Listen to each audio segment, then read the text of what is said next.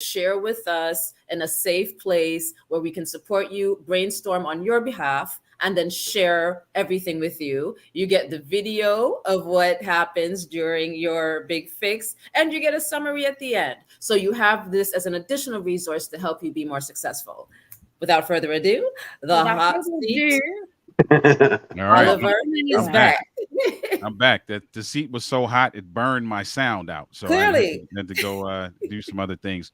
So I just I this was only being broadcast to my LinkedIn, but I just, as you were speaking, Lisa, added it to my Facebook and my YouTube. So if there are Okay. individuals who do come in, I may periodically just reiterate what's happening so they aren't like, what's going on right now.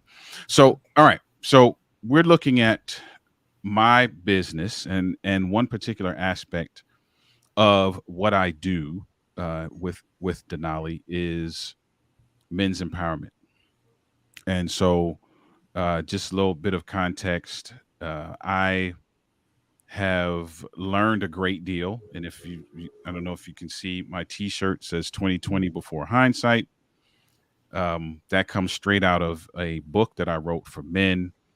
And in that book, part of the dedication is to individuals like my son and others that are in his age group. And I say, may you achieve 2020 long before hindsight. There are many things that I have learned in hindsight based on the mistakes that I've made, based on some of the pitfalls that I've fallen into, choices, friends, all you name it, right?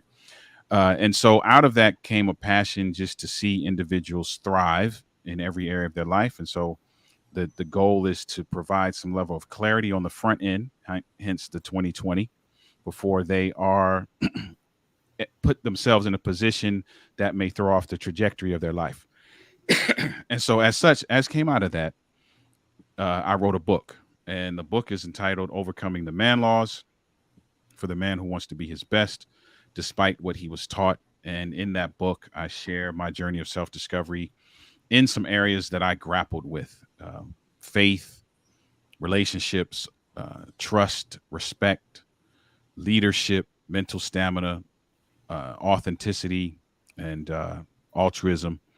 And I talk about my journey of self discovery in those areas. And so that has put me now in a space where I am able to speak. I've spoken at some men's conferences, been on several podcasts, and have done different things in the area of speaking to men. Have also been able to go into high schools and middle schools to do this as well, and speak to young men around just leadership and around just making sure that they're making great choices. So the thing that I want to do now is that I want to expand the speaking leg of this. I want to get more engagements. I want to potentially get in more schools. So I've done some men's conferences. I love the men's conference space. I absolutely love the men's conference space.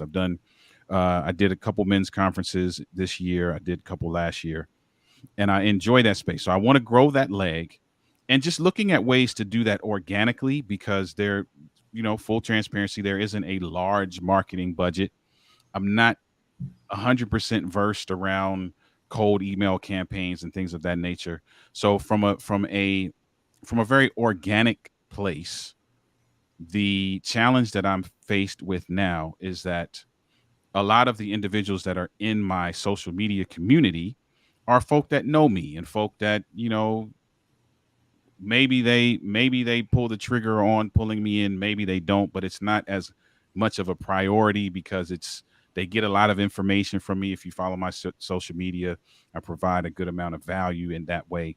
So now finding a way to get out of that circle but still organically grow in that space in a way that people would see me, get value from the information, and understand that they should be bringing me in now to get these paid engagements. So that's one aspect that I would really like to build. Brilliant. And so, just to be clear, you're interested in speaking engagements and anything that is likely to curate for you some kind of audience, which will lead to sort of presumably paid speaking engagements to Yes. expand the community. You're about to say yes, ma'am, weren't you? Then you know. Now, and here's the thing. Let me add, press law. We just love it. Yes, ma'am. yeah, You know, let me add something else too, just to kind of throw something else on the table, right? So, in addition to that, I'm looking at creating a course. Yeah. So more context. The book is written in such a way that I can hand the book to somebody and they can literally do a book study. So after every chapter is a practical application. At the end of the book is also some questions that you can use for group study and some topic guided discussion questions that you can use for men's groups and things of that nature. So it's written in such a way I had in mind, listen, I want to be able to sit down with groups. I was able to do a book study with 18 guys. It was a paid book study. It was a phenomenal experience. So there are other legs. I guess there are attachments to these legs. While speaking on stage, there are opportunities maybe for a course and maybe for, additional book studies and things of that nature. So okay, so we go now to the general questions. Can I go first, guys? There's any, Oh yes.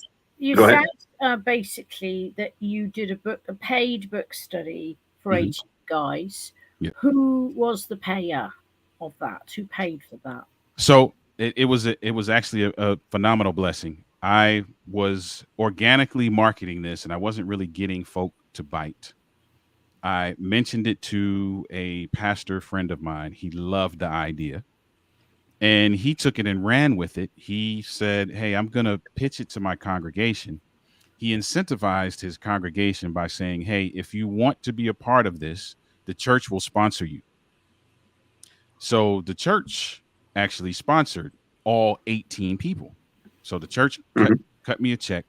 The church sponsored the attendees, and so that's how I ran that first group.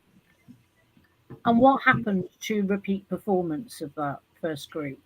So what happened to a repeat performance of that is right. So I haven't been able to duplicate that the same way. So I have talked to some pastors. I have talked to some individuals and shared with them how I did that, but I haven't been able to repeat that performance yet. I'm going to say yet.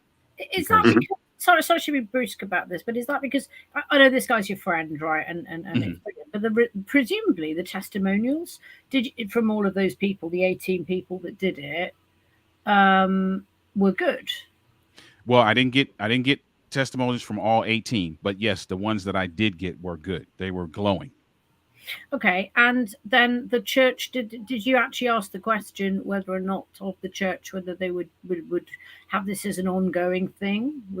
Is that did you actually ask the question, or did you ask the question? Did you? Well, we talked about it. We did. We talked about it being an ongoing thing, and at the time, they were kind of on the fence about it but what was supposed to come out of that, and here's where, again, this I'm not blaming anybody because there's some of this that is on me as well. But what was supposed to come out of that experience was an opportunity for me to stand in front of what's called a ministerial alliance. So they're called different things in different places, but it's essentially a group of preachers that meet on a regular basis.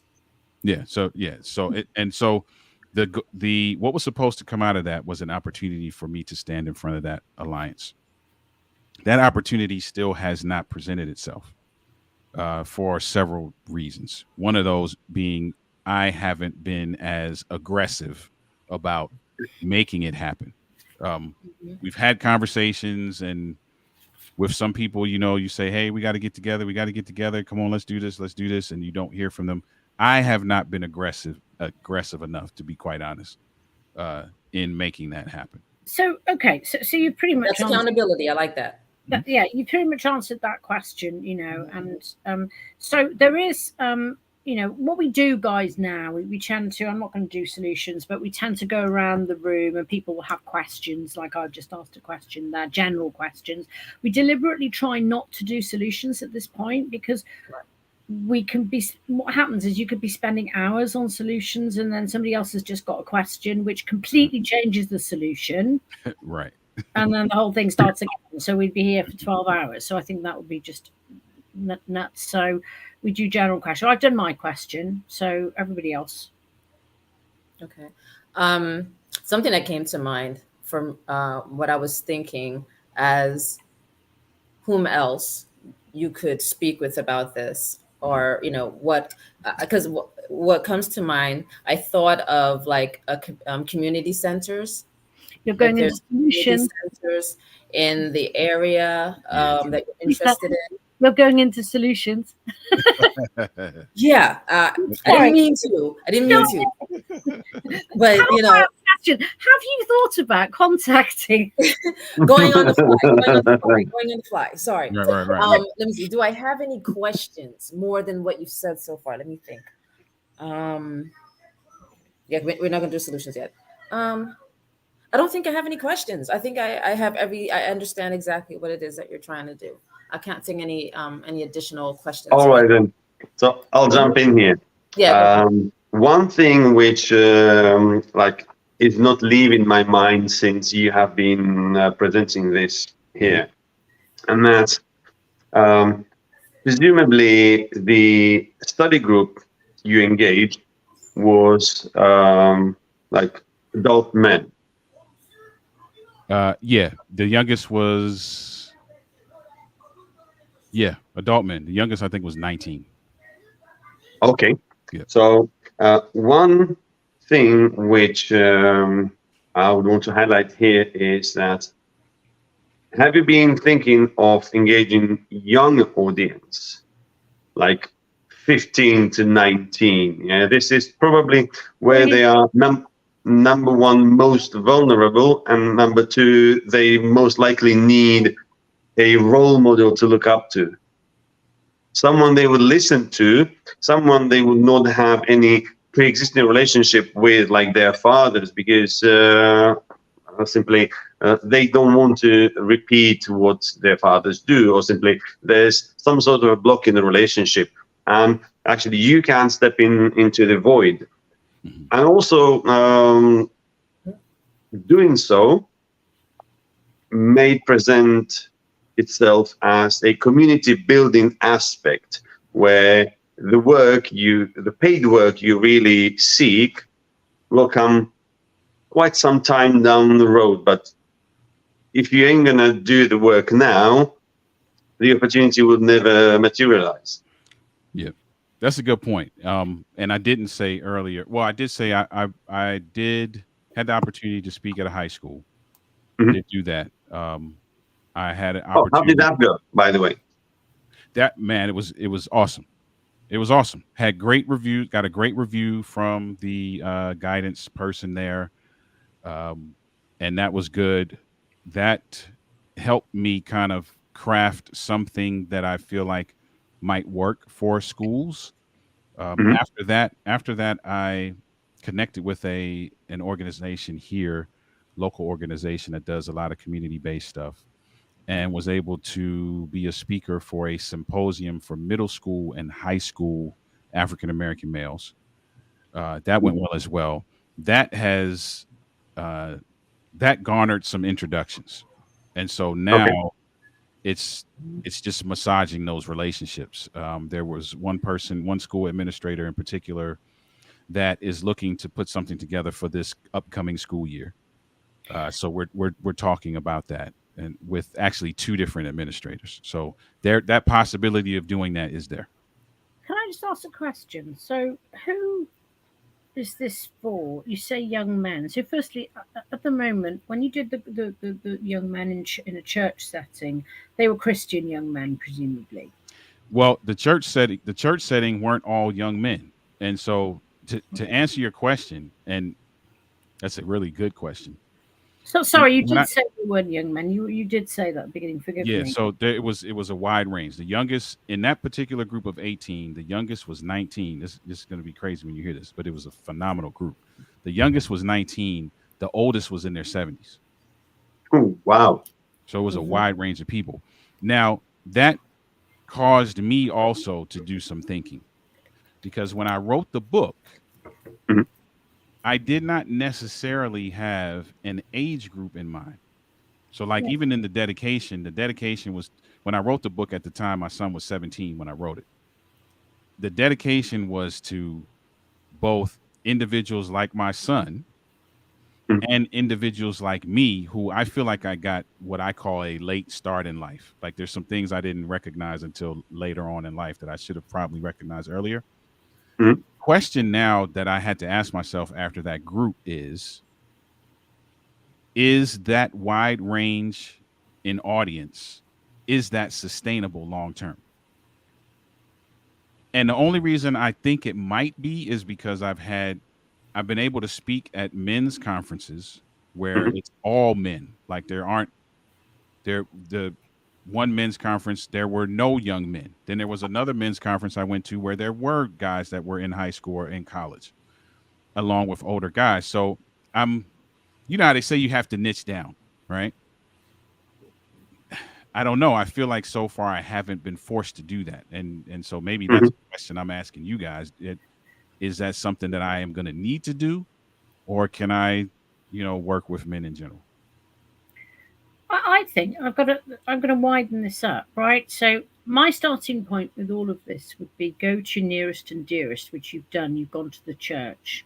My first port of call would be to go back to that pastor and say, hey, what about seeing whether this church or maybe a group of related churches would sponsor a regular course as our community outreach work? This is charitable work. This is what God wants us to do. Because this is not a drugs rehabilitation program. This is not an anti-knife crime program. This is some basic, because let's be absolutely honest. I'm going to be honest and straight here. Very often, young kids have got a huge problem in the UK of knife crime now. Well, we're catching up, guys, unfortunately, behind you. And the only reason it happens is because the children don't feel heard. The only people who seem to get them are the gang members. Mhm. So there's a major breakdown of communication somewhere, right? Whether it's in the home, in schools, or in the home and schools. It's poverty, related. It's all those things related. Point is, what you're doing is you're giving these guys choices. God gave us a world out there, and guess what? It is free. It is free. You can go and look at any palace you want to. You can visit Versailles if you want to. We can go to New York and see Staten, the Statue of Liberty. We can see stuff. So Yeah. seeing is believing. So if you could somehow think about all the guys in the States who are incarcerated, all the young guys, the old guys, whatever, Mhm. this could be a handbook for living life right, living life different. What if, through just following these simple instructions, your life could be totally joyous, happy, and free? What if? So, actually, that opens up not just the church, it opens up schools, penitentiaries, it opens up penitentiaries. You could do in penitentiary or prison, whatever you call it in the States, courses, because that's a huge thing. You could have older guys, younger guys and older guys learning together as a community, sharing ideas and coming together because those young guys need father figures. That's best. Instead of having them separate, to Yeah, have, because brothers that's head one thing you're wondering about, your men that you're focusing on. I'm thinking just all men, because they could Mhm. just help each other. No need to even differentiate, Yeah, you know? exactly. Yeah. And you could be your contribution. You see, you could even come over to the UK because the thing is you have distinguishing unique voice. You're American. You have that voice. You're going to get a lot of resonance in the UK. We could set up a UK charity for you, which would automatically qualify for the Google ad grants. You could have one running in the UK, you could have one running in the US, focusing entirely on different types of groups. And there are lots of corporations out there that would love to sponsor local disadvantaged kids or local disadvantaged people or it could be a pay. You could go to the schools and say, let me trial this for you. Let me trial it for you. I won't ask you for any money, but if it's successful, let's implement it. Mm-hmm. Because if it works, because this could sort of become, but I think the prison element, you see, I mean, my charity Grow Inspires does exactly, we do mentorship with ex-offenders, but I can even get you involved with that because the man laws were already there and doing this, but we don't do this aspect of it. But the man laws, it's quite nice for men to be treated for once as men and to be told it's okay to be different from women, because guess what? You are different. It's okay to celebrate that difference and be allowed to be men. And why can't men have men's spaces where they can discuss men stuff amongst a men group? Women do it. Women definitely do it. We do it in the shops, don't we? We go shopping. You know, but the thing is, it's really important. I think for me, the bit around this is that men of all classes, you know, it doesn't matter whether you come from money or no money. When the home environment is a bit wonky, and it's a bit wonky for a lot of people these days because of COVID, because of lack of money, because of this, that, or the other. If there's no structure, let's say you go to, one of the great things about going to churches is it provides people with structure to their lives. But if you don't do that, let's say your parents are workaholics, you actually have the same problem as kids who are out there on the street. You never see your parents. There's no closeness. You don't even feel you've got parents half the time. So actually, one of the things that you could be achieving, I think, is showing people from both sides of the track, so to speak, that they've got, doesn't matter, the similarity between their problems is the same. I agree. And I like the ex-offender, or even folk that are currently incarcerated. I made a connection, and you know, this is great.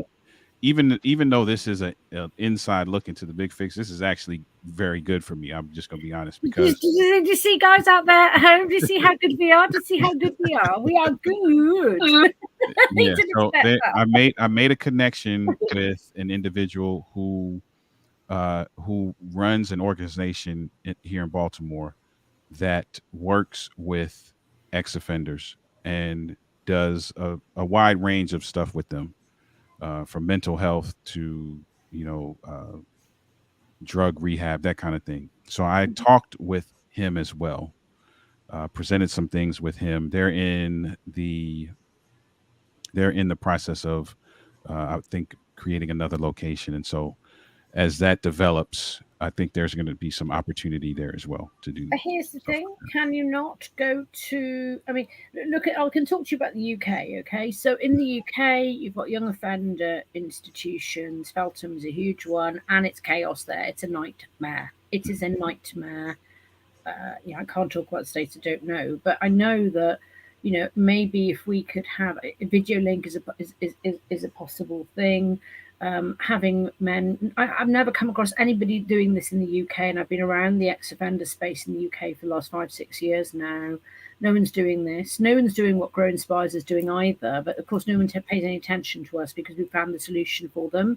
Because we help, just for everyone that doesn't know, Grow Inspires focuses on helping people build businesses instead of crime, and not drug businesses, incidentally. I should just caveat that. So nothing illegal business, right? So you can trade anything as long as it's not illegal. So you know, we then give them a free membership of Love Entrepreneurs, and we give them a free membership of Silvertree, which is the currency that we use in our fellowship, right? So which is great. But we have struggled to get funding because we've sort of solved the problem, and you have to start asking the question, but they don't really want the problem to be solved, do they? What would happen if there was no crime? Right. Jobs. Don't want that.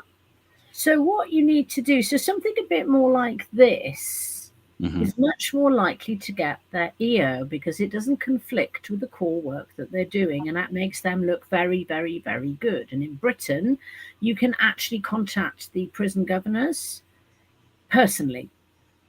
Hmm. You can also get grants from things like the lottery. So you could join forces with us at Love Entrepreneur at Grow Inspires to run a course like this. I will introduce you to my other CEO, Mark Neal. He teaches at Bristol University at the Centre of Innovation and Entrepreneurship. And he would love something like this because we could do this for the armed forces, the ex-military, Mm. and we could basically invite some of the US people into the UK courses. Why not? I like that. And you've had the privilege of seeing the book, so you see how it's crafted in such a way that Yeah. you could hit the ground running with it. Oh, absolutely. It's a lovely piece because it's actually, it's not judgmental. It's not, oh, you're poor, you're rich, you're this. It's just lessons in life, Mhm. which is what I like. Why it's so. Yeah, it's really good, and I think for me that's an introduction I'm going to make you to our charity, and you're in anyway because we know you. But we could actually, and we have our own Google Ad grant thing going at the moment. We haven't really got much of an offering, so we can shoot that out there now and have that ramped up.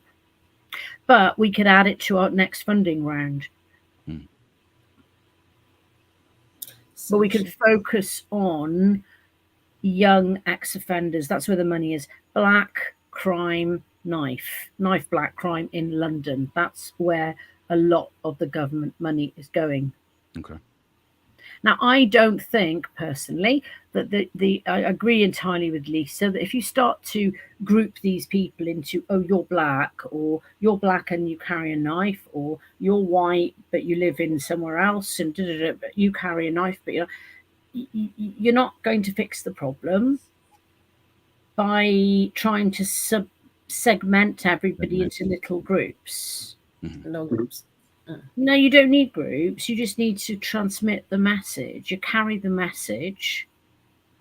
It doesn't need to be that way, and there's some excellent work, and we could, and it may be, if some of them, for example, want to graduate to doing work with the other side of Grow Inspires, which maybe helps them, mentors them into setting up their own businesses. Right. We can do that. Right. The coaching is there for that. I love it. Yeah. I love it. Something I was thinking that came to mind as far as finding, because again, I think making the affiliations with people who are doing something similar or something that can kind of fall in the same category. I was thinking, well, I mentioned earlier about, community centers, right? Mhm. Another thing that came up in my mind was Eventbrite and meetup groups. Eventbrite, they always having different type of events. I see a lot of, that's what it's all about, all these different types of groups. I feel like if you explored Eventbrite and Meetup, you will find other, organizations in that space trying to do something similar.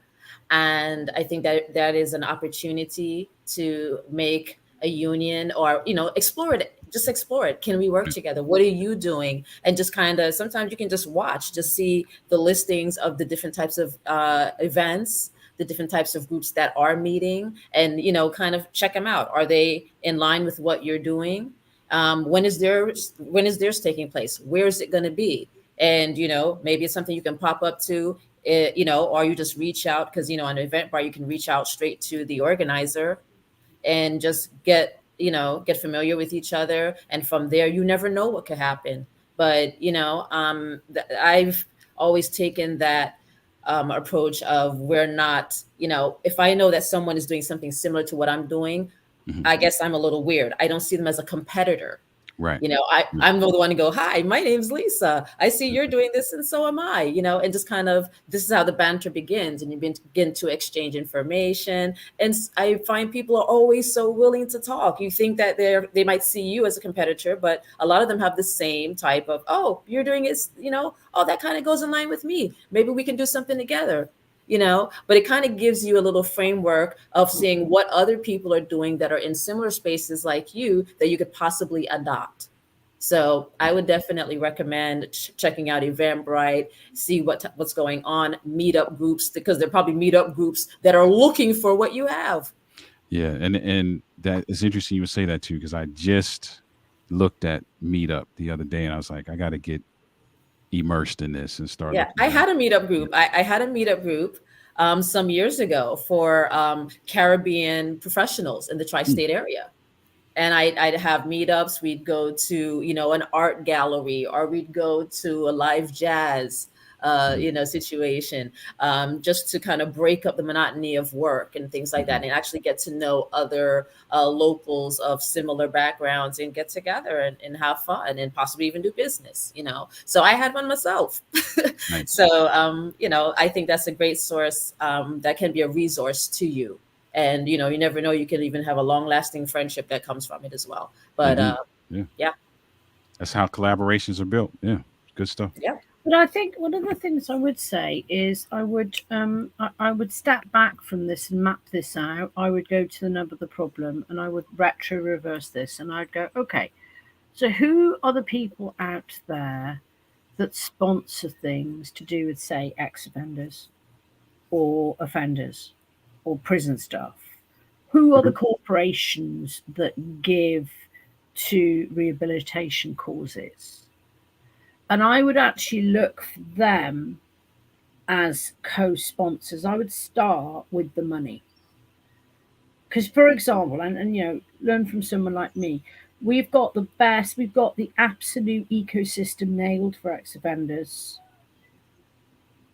But the government is not interested in sponsoring it because, you know. So if you can go for the money, if you can create the idea and sell it to a blue chip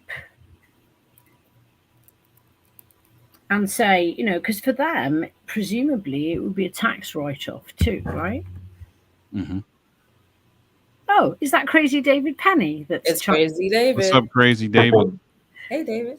Hey, Crazy David, what are you doing still up? You should be in bed now. Get out your hammock. It's time for It's almost midnight there. Yeah. No, in Yeah. Lanzarote, it's 1:45 in the morning. Oh, so they're even further ahead, huh? Yeah, they're an hour ahead of us. Yeah, but you see, he would, you know, but the idea is that kids are going.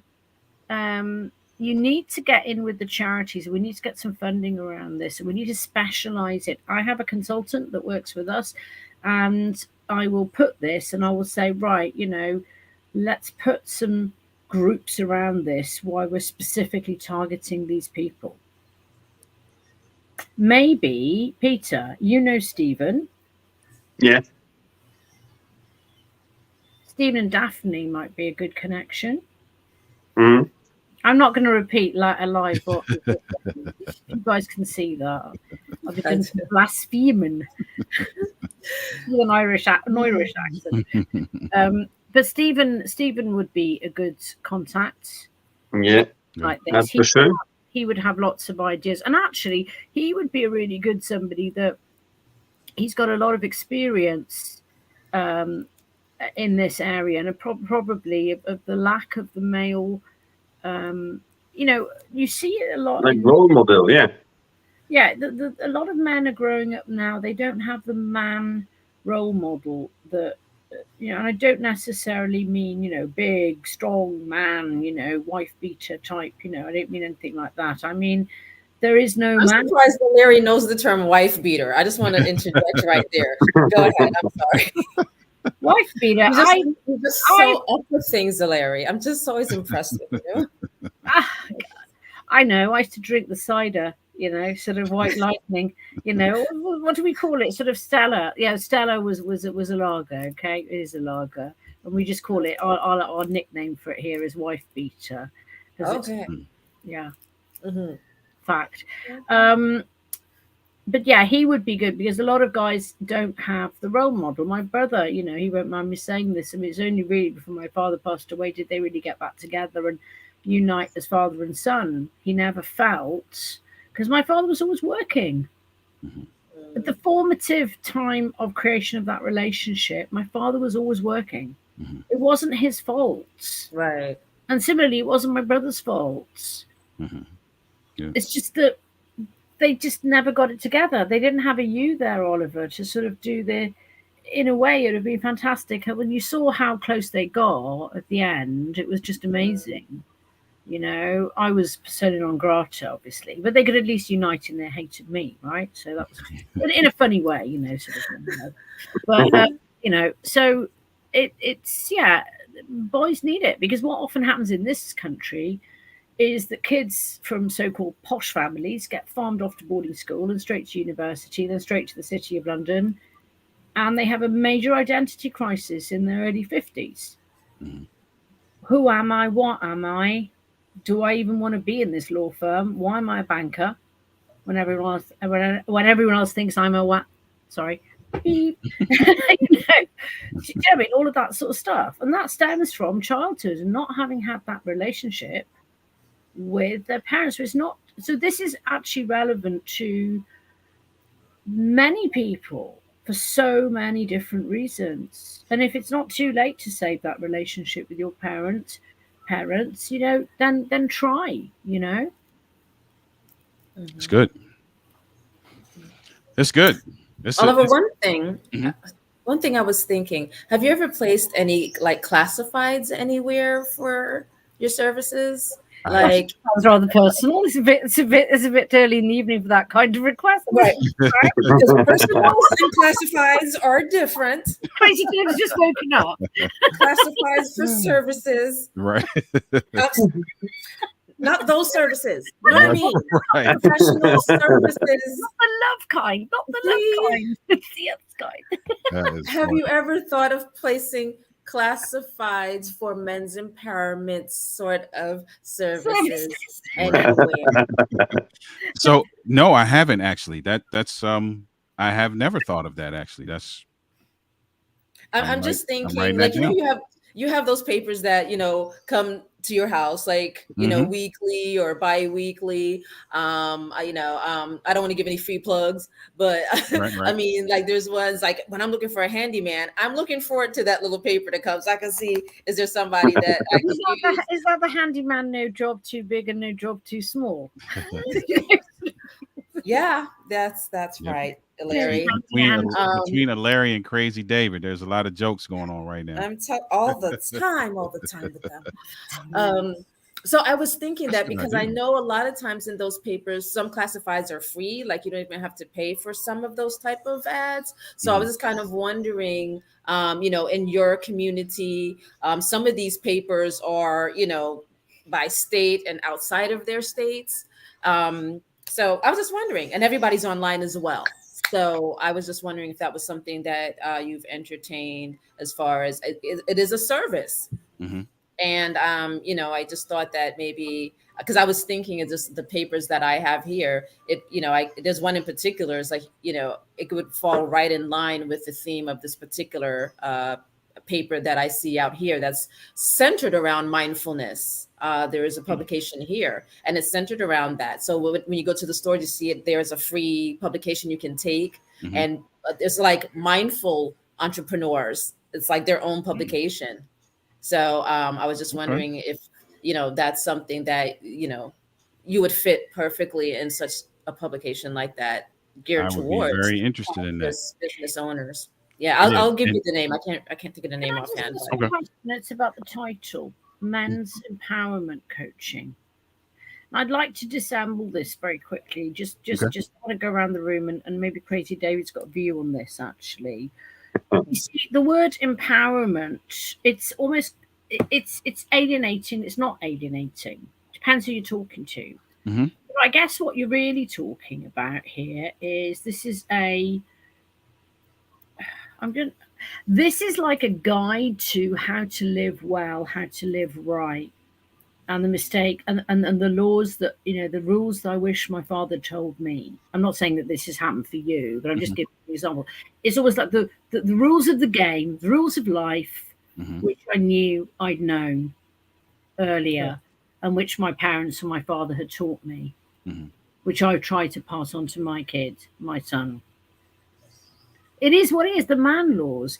This is what it means. And I wouldn't call it about men's empowerment because it sounds too woo-woo. It's like, bring it right down. You want the guys on the construction sites to want to do this. It's about things like learning, what does it really mean to respect a woman? I don't think the half of them on construction sites when they're wolf whistling really mean to totally disrespect a woman. They don't premeditate and think, ooh, how can I really disrespect a woman? That's just man culture, right? When they all get together, they get a bit over the top. They get a bit excitable. But it's enrichment, right? It's enriching. It's enriching that man to be his best self, his best version of himself. And that's what you're trying to help them to get to. Exactly. And many of them won't appreciate that some women find that, well, most women actually find that just really embarrassing.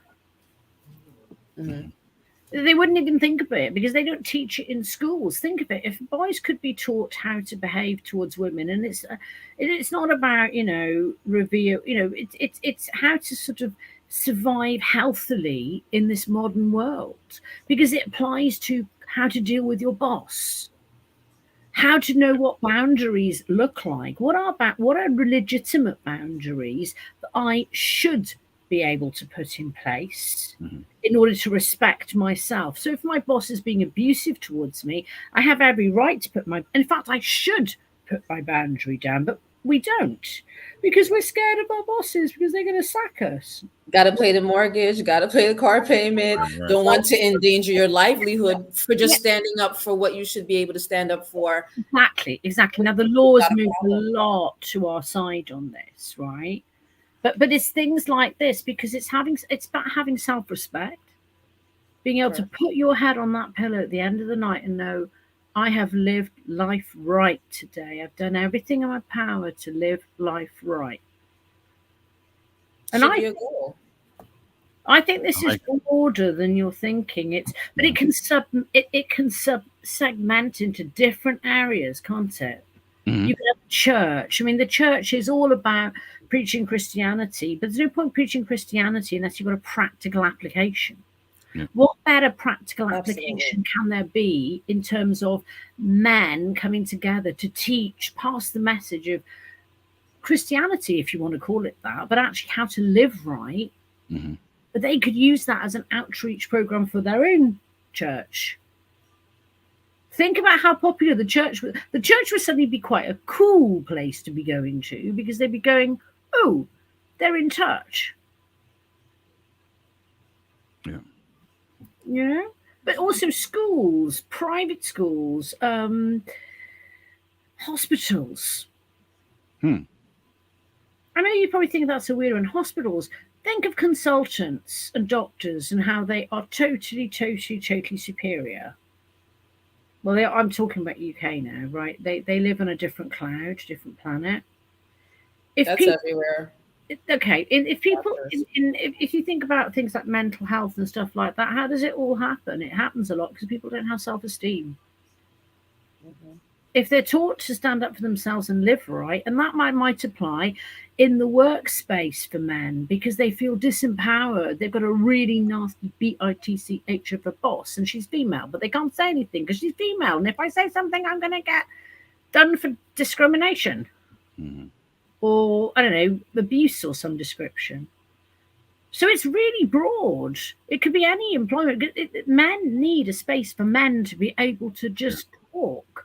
They need to talk. Yeah, talk. Yeah. If you don't talk, your body's going to feel it eventually. Oh, without a doubt. The body's going to get it. And, and there's this disconnect that people have between their brain and their body. And they don't understand that what's going on here affects this body. because again, the body only does what the brain tells it to do. And if the brain isn't right, then what's the body going to do? Not be right. So, you have to have this working optimally. And by, taking your course as a man, if that's is what it's going to take to get that brain right, then the body's going to feel it. That rightness is going to go right through the body. Just thought of a name. I know this sounds really cheesy. Forgive me now, okay, for what's going to come, but it's very Arnold Schwarzenegger. How to become a real man. How to become a real man. Now, how the macho men are going to feel about that? Like, I'm already that. Like I'm all... Look at these muscles. I am a man. Yeah, exactly. But as well as they know that it's all a show, right? Yeah. You can disassemble them very quickly mentally and make them blubber in front of you. Like, take away your testosterone tablets or whatever it is. I confiscate them. But it's something like, rather than men's empowerment, we need to find a title to this that's going to appeal to all groups. An empowerment to me sounds as if you're suggesting that the man is weak already. I know that's not what you're doing. Right, because it's like empowerment means you're not powered yet, right? And you're trying to empower them. So it's like, what you mean I don't have power now? Yeah. I understand what Illyri's trying to get at. at. I'm not suggesting that, how to become, becoming the man, becoming the man you've always, what do we say? Becoming the man. I'm going to work on that. I'm going to mull around with this after we're done. And Oliver, when we talk next week, I'm going to have some other options too. Okay. What we're going to be doing anyway. So Oliver, did you enjoy your big fix today? That was listen, I did, and as you can see, there's other conversations that are going to come out of it. So yes, it was very beneficial, and for those that have been kind of jumping in and out or might be watching the replay, imagine this with 20 plus other people. So just imagine the amount of ideas, the amount of thoughts, the amount of suggestions, the amount of questions that can come out of that experience, which leaves you, so for some people, it's drinking from the fire hose, but that's okay, because what comes after that is that you get a report with everything. So many of us take notes. Like I have pen and paper in front of me right now. Many of us take notes, but even in addition to those notes, you get something official from Illyri and team that will chronicle everything that's been said, all the thoughts that have been will be compiled in a way that's sitting right in front of you as a blueprint of sorts for you to begin the execution process. And so these conversations, even though this was a impromptu and mock, I'm using the word mock loosely because it really isn't mock. Like I really was giving a real situation, and you guys gave me some real suggestions, and there's conversations that will ensue as a result of this. So I want to say this kind of as we come down to the end. You can be, those of you who are listening, you can experience this for yourself. And if you want to experience this for yourself, you simply have to reach out to anybody that you see on this screen right now. And we can facilitate getting you in to be a part of this. And remember, it's free. And remember to leave your details. If you want to leave your details in the chat, then Oliver can contact you, or I can contact you, or Peter or Lisa. And, it's free, so you might as well come along and get fixed, because what have you actually got to lose other than an hour of your time? That's it. Yep. And you're going to come out with a lot of stuff you didn't have before. Indeed. Crazy David said, when the power of love is greater than the love of power, the world will know peace. Okay. Crazy David dropping gems. I like that. See you, buddy. I like that. I like that. That's beautiful. That's a quotable right there. That's a quotable. So listen, in closing, is there anything that we can go around the room if there's any last words that you want to share with the individuals? And I always say, and tack on to the end of whatever you share, and you need to do a big fix. You need to do a big fix. There it is. Larry has spoken. Lisa, what you got for us? Um, breathe, everybody. Just every now and again, just when you're by yourself or when nothing is going on, just take a minute and just kind of breathe. Just 4 seconds inhale, hold it for 4 seconds, and let it out. 4 seconds. Just do that a while because we don't breathe properly. We're just walking through the world really shallow. The lungs are not at their capacity. They're not getting the exercise they need. For every breath we take, 20% goes to our brain. So as much breath as we can take in is the better it is for your body, because on the other side of that breath is the red blood cells ready to catch that oxygen and take it off into your heart and take it to your brain. So we just have to be mindful of our body and what's actually happening when we do things. And that's the type of things that I'll be working to, share with everyone, when the course comes out and it's being developed with, it's very comprehensive, but just breathe. Take some time for yourself. You'd be surprised what that can do. Get quiet. That's awesome. That's good. Breathe. I'm going to do 4 that right seconds after in, this. hold it for 4, let it out for 4. And when you let it out, hold it 2. Hold it another 4. Do it again. So I'm you gonna do feel that. like, all right, yeah. Easy. Sounds good. Thank you for that. Mr. Russell. Okay, I just want to say I agree with what has been said. The good thing is, like, the great minds think alike, and a lot of stuff what Larry was coming up with, I was thinking along the same line, so there was no point for me doubling down on this. And one just tiny bit I would probably add on top of this is, if you are talking to schools, Mhm. You really want the opportunity to get in front of the troubled kids, the troublemakers, before they start making real trouble.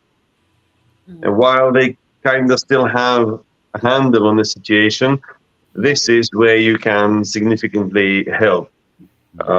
When they're already out on the street and all in crime, there's not a lot you can do. You can help, but if you can get in early, this can be life-changing for these boys. So focus at addressing a problem before it happens, or before it becomes a real problem. Got you. 100%, 100%. One of the things I was thinking of, sorry to just say this, we saw Alessandra, didn't we? The tapping lady, EFT. Now that would be a fab combo for you to sort of deploy and work with her on Zoom to take into school, because that's cheap, it's effective. It's going to cost very little, but it's a skill that they will have. That energy release, Yeah. Collaborations. Yep. I love it. Yeah. I love it. Oh, I like- So for those of you who might be catching this at the end, this was a look inside the big fix. You've heard me talk about it. If you look at the life of an entrepreneur, you've heard us on the panel talk about it. If you are if you have attended these sessions on Thursday evenings for us and Thursday nights for those in the UK. So today we decided to do one, and I sat in the hot seat. I came with a very real issue. This was not made up. It was unscripted, but the issue was not made up. And you get to hear some of the great advice, solutions, suggestions, questions that were posed as a result of what I shared. And this is something that you can privy yourself to ensure a couple of things. One, that you are able to get the type of guidance that you are looking for to go from ordinary to extraordinary in your business. Two, to get around some folk who are like-minded, who want to help you, who are in the business of serving and helping you develop in that way. And three, so that you can now turn around and contribute the gifts that you have been given in a way that will help the group as well. So there's so many benefits to this. Again, if you want to be a part of this, reach out to anyone that's here. Leave your name and email, or just name in the comments. We'll reach out to you as well if you want to do that. And listen, I thank you guys, Illyri, Peter, Lisa. Thank you for being a part of this. Thank you for pouring into me. There are sidebar Thank you, Oliver, for being a really, really good guinea pig. Hey, I love it. I love it. And there are sidebar conversations that will come out of this.